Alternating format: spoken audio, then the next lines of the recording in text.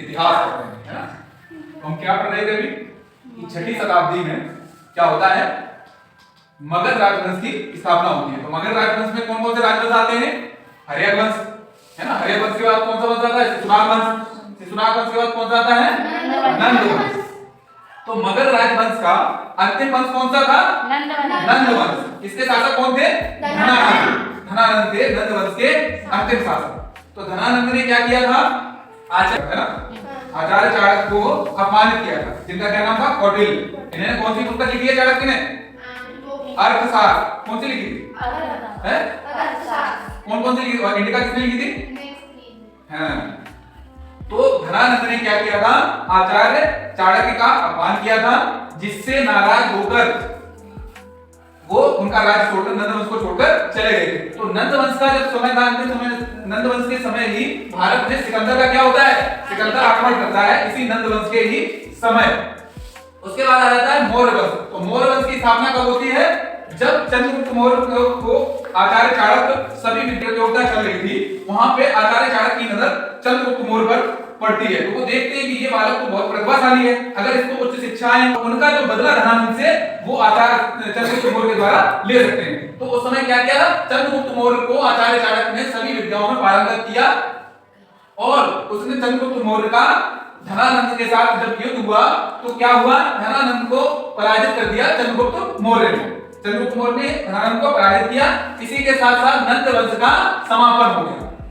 क्या हो गया, यहाँ पे नंद वंश का समापन हो गया, और मगध राजवंश का अंतिम शासक था धनानंद, और अंतिम वंश कौन था, नंद वंश। तो चंद्रगुप्त मौर्य ने इसको समाप्त कर दिया। इसके बाद होता है मौर्य वंश का उदय।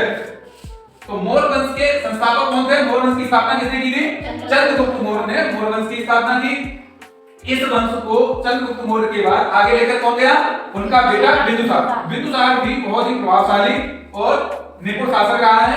बिंदुसार का बेटा अशोक था, जिसने पूरे भारत में मौर्य वंश, मौर्य साम्राज्य को फैलाया। अशोक का बेटा आता है जयद्रथ। जयद्रथ जो था वो एक कमजोर शासक माना जाता है इस मौर्य वंश के और शासकों की अपेक्षा। जयद्रथ के साथ क्या घटना घटित हो जाती है कि जो मौर्य वंश का सेनापति था पुष्यमित्र शुंग, मौर्य वंश का सेनापति कौन था, पुष्यमित्र शुंग। जयद्रथ के समय ये पुष्यमित्र शुंग इस वंश का सेनापति हुआ करता था। उसने क्या किया, जयद्रथ की हत्या कर देता है। ये क्या करता है, पुष्यमित्र शुंग सेनापति था उस राज्य का, वो अपने राजा की हत्या करके मौर्य साम्राज्य पर अपना कब्जा कर लेता है। कौन कब्जा करता है, पुष्यमित्र शुंग।